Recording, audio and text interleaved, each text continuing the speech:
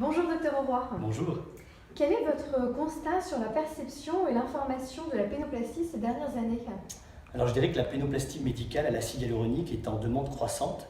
Et il est vrai qu'aujourd'hui, le seul passage au bloc opératoire n'est plus d'actualité et beaucoup d'hommes qui souhaitent augmenter la taille de leur pénis vont avoir recours à cette technique.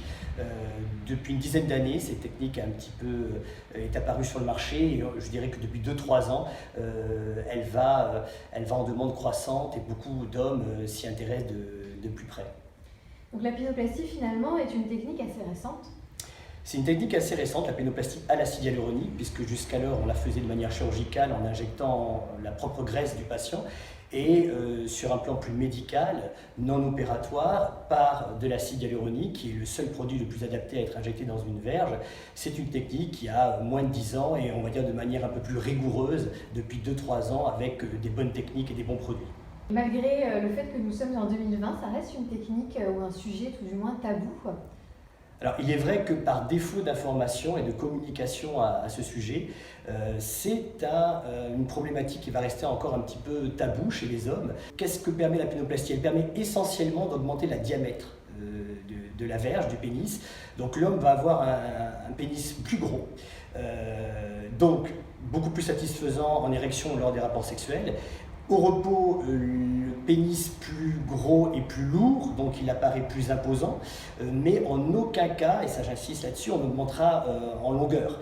Le pénis ne sera pas augmenté dans son longueur, on augmentera essentiellement son épaisseur, mais ce qui demeure le plus important, puisque toutes les études de sexologie ont bien montré que lors des rapports, seul le diamètre est bien plus important que la longueur du pénis. Et un diamètre peut tout changer lors des sensations, lors des rapports. Alors j'ai eu la chance de recevoir comme patient Louis, il y a à peu près 1 an, et Louis est venu me voir parce qu'il souhaitait augmenter la taille de son pénis. Et donc nous avons procédé à 2 injections il y a maintenant 1 an pour la première et 2 mois plus tard pour la deuxième.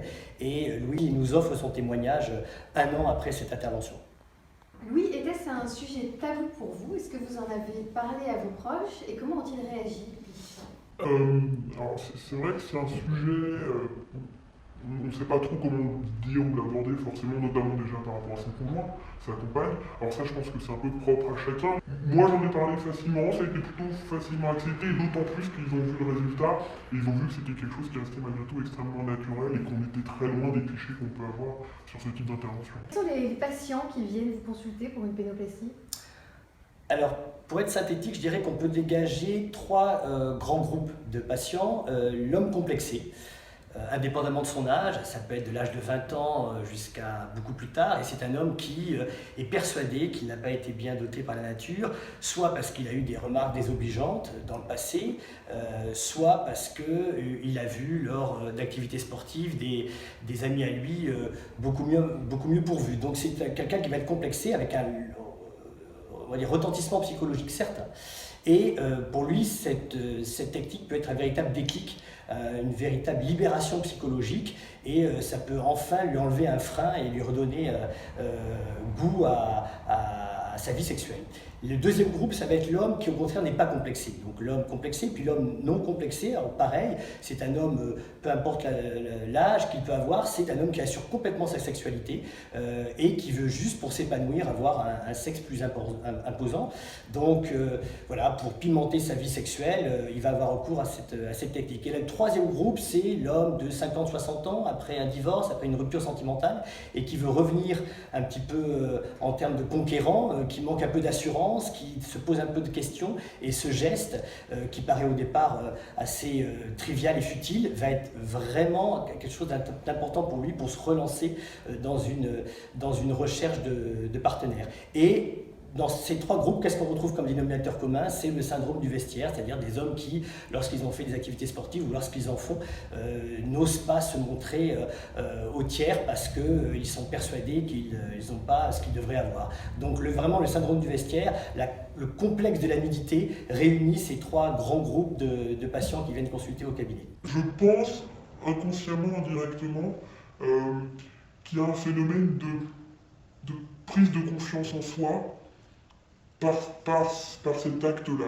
Je ne sais pas comment l'expliquer, je ne suis pas médecin, je ne saurais pas comment le dire, mais il y a un gain de confiance en soi, de moins être gêné, de mieux assumer aussi par rapport au regard des autres, par rapport aussi aux relations qu'on a pu avoir. Après l'acte en tant que tel, il y a forcément des modifications, bien évidemment, notamment au niveau de la largeur, forcément on sent des différences. C'est vraiment différent. Mais je pense qu'il y a un facteur physiologique et psychologique à ça. Est-ce que cette intervention a changé dans votre vie? Alors déjà, c'était quelque chose sur lequel depuis quelques années, depuis 5-6 ans, je m'interrogeais sur le sujet. C'était pas non plus quelque chose d'existentiel, hein. C'était pas quelque chose qui me faisait perdre tous mes moyens dans ma vie, pas du tout.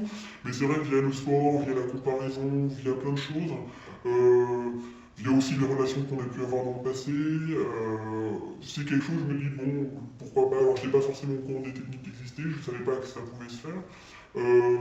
Après on se compare, hein, c'est assez primaire aussi de se comparer par rapport aux autres, hein. Même dans les arts premiers, il y a toujours une représentation du phallus qui est omniprésente. Moi, faisant du sport collectif, j'ai pu plutôt voir aussi avec d'autres personnes. Non pas que j'avais un vrai complexe par rapport à ça. Donc déjà, c'était plus sur le côté physiologique, le fait d'avoir quelque chose d'un peu plus uniforme, un peu plus gros aussi, tout en restant naturel. Mais en fait, ça, c'était mon premier avis, et je me suis rendu compte quand même, ça, c'était après la première intervention, qu'il y avait aussi un facteur plus ou moins psychologique dans le côté rassurant. Louis, comment s'est déroulée votre intervention? Alors, donc déjà un premier entretien, une première consultation avant l'opération avec le médecin. Donc après on fixe une date, donc on est d'accord. J'arrive au cabinet, anesthésie locale avec une crème une demi-heure, 1 heure avant, et puis après on commence l'acte avec le médecin. Ça dure 45 minutes en moyenne à peu près. Il me fait une anesthésie aussi locale, et puis après il injecte le produit aussi bien dans la verge que dans le gland, voilà, avec une certaine quantité. Selon vous, Dr Auroi, quelle est l'importance de la consultation dans une intervention de pénoplastie? Alors, je dirais que la consultation, c'est l'élément le plus important pour cette technique. D'une part, pour répondre aux attentes du patient et recadrer les attentes. Si les attentes sont vraiment pas du tout, on va dire, envisageables, il faut établir un plan de travail et une maquette de traitement avec son patient, lui faisant comprendre qu'en général, pour avoir un joli résultat, il faut prévoir 2 sessions de traitement en pénoplastie médicale, de manière à avoir quelque chose d'assez homogène. Donc la consultation, c'est les limites, les indications, faire comprendre qu'il faut rester homogène. Une verge, c'est un gland et un corps de verge, et donc ne pas injecter en permanence la verge sans s'occuper du gland, ou l'inverse.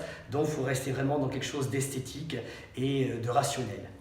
Avec ce recul d'1 an, pouvez-vous nous en dire plus sur la douleur que vous avez ressentie pendant et éventuellement après l'intervention? Alors, vraiment, lors de l'intervention, on ne sent vraiment pas grand-chose, voire rien du tout. Lors des 2 interventions d'ailleurs. Forcément, c'est une appréhension qu'on peut avoir au départ. Alors, le médecin est là pour rassurer, il nous explique le déroulé de la séance. Il y a forcément l'appréhension. Il y a quand même une anesthésie qui est locale et une anesthésie aussi à la fois en crème et en injection. Dans la séance, on ne sent absolument rien, vraiment absolument rien. Et après la séance? Après la séance, c'est pas des douleurs, c'est plus des gènes, parce que forcément, on injecte une certaine quantité dans la verge. Déjà, pendant 1 semaine, on ne peut pas faire grand-chose, pas de rapport. Je dirais même les 2 premiers jours sont peut-être un peu embêtants avec les pansements, où il faut bien faire attention pour pas que le produit, il faut bien le modeler et le placer pendant quelques temps. On va dire, en gros, après une petite semaine, on peut avoir une activité quasi normale, sans vraiment de gêne. Pas de douleur a posteriori. Quel est le premier frein des hommes? Est-ce que c'est le tabou d'en parler à son entourage? Est-ce que c'est la douleur? Alors je dirais que le premier frein et la première peur lorsqu'on reçoit les patients au cabinet, ça va être en effet: docteur, vais-je avoir mal? Et cette problématique de la douleur, en fait, il faut essayer de l'éradiquer, ou en tout cas de réconforter son patient, puisque lorsqu'ils ont fait le geste, ils sont la plupart du temps surpris, et la première chose qu'ils disent, c'est: ah, mais finalement je n'ai pas eu mal et je regrette presque de ne pas l'avoir fait plus tôt. Donc c'est un geste qui peut être quasiment indolore lorsqu'il est bien pratiqué, et donc cette angoisse de la douleur par rapport à un organe particulier, elle n'a pas lieu d'être. Docteur Auroi, quels sont les risques liés à cette intervention? Alors, dans toute technique médicale, il existe des risques. Et c'est vrai que si on regarde en pénoplastie médicale, les risques, ça va être une mauvaise technique qui n'est pas appropriée pour un organe qui n'est pas simple à injecter, un mauvais produit. Et malheureusement, on continue de voir des patients qui ont eu comme injection des produits qui n'étaient pas faits pour, et donc avec des effets secondaires derrière. Donc mauvaise technique, mauvais produit, une trop grosse quantité injectée dès la première séance, ce qu'il ne faut pas faire.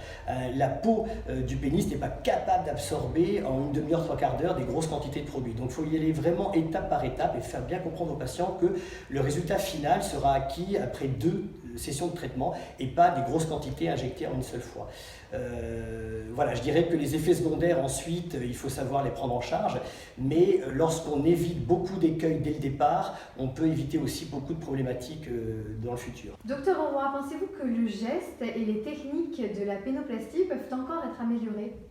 Oui, je pense que dans les perspectives d'avenir, il y a beaucoup de choses qu'on peut encore espérer obtenir. Déjà des canules qui peuvent nous permettre d'injecter de manière plus facile, canules plus rigides, mais gardons quand même une certaine souplesse, puisque c'est un organe, c'est comme un cylindre. Ensuite, le produit, il n'y a pas aujourd'hui de produit vraiment homologué. Un produit le plus en avant pour cela et est en recherche d'homologation. Et donc le produit est important. Il faudrait, dans l'idéal, avoir un produit très ferme pour avoir un bon rendu en érection, mais capable de se disperser de manière très correcte.